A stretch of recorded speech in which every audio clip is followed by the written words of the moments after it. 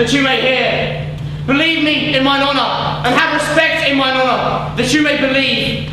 Censure your wisdoms and awake your senses, so that you may the better judge. If there be any in this assembly, any dear friend of Caesar's, to him I say, Brutus's love to Caesar was no less than his. Yes. If, then, that friend demand why Brutus rose against Caesar, this is my answer. Not that I loved Caesar less, but that I loved Rome more. Yes. Had you rather Caesar were living and die all slaves, or that Caesar were dead and live all free men? As Caesar loved me, I weep for him. As he was fortunate, I rejoice at it. As he was valiant, I honour him. But as he was ambitious, I slew him. There are tears for his love, joy for his fortune, honour for his valour, and death for his ambition. Who is here so base that would be a bondman? If any, speak, for him I have offended. Who is here so rude that would not be a Roman? If any, speak, for him I have offended. Who is here so vile that would not love his country? If any, speak, for him I have offended. I pause for reply. Then none have I offended.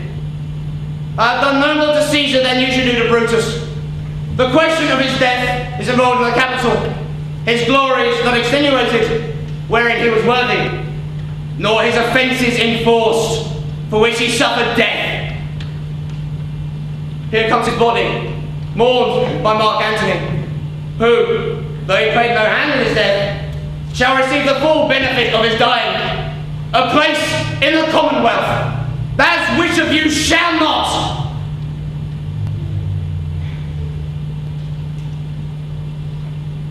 Good countrymen, let me depart alone, and for my sake, stay here with Antony. Do grace to Caesar's court, and grace his speech, tending to Caesar's glories, who, by our permission, is allowed to make. I do entreat you, not a man depart, save I alone, till Antony have spoken. Friends, Romans, countrymen, lend me your ears.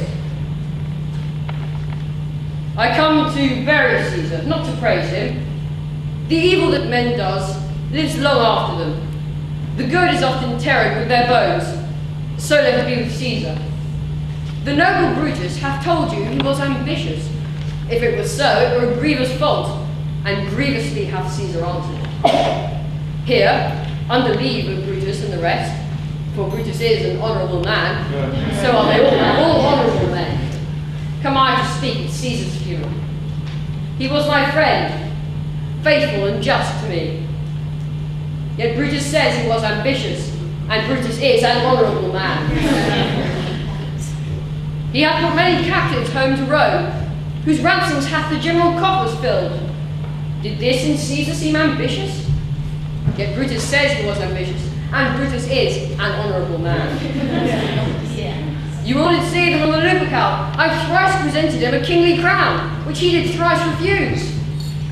Was this ambition?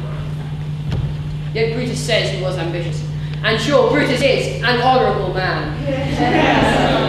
I speak not to disprove what Brutus spoke, but here I am to speak what I do know.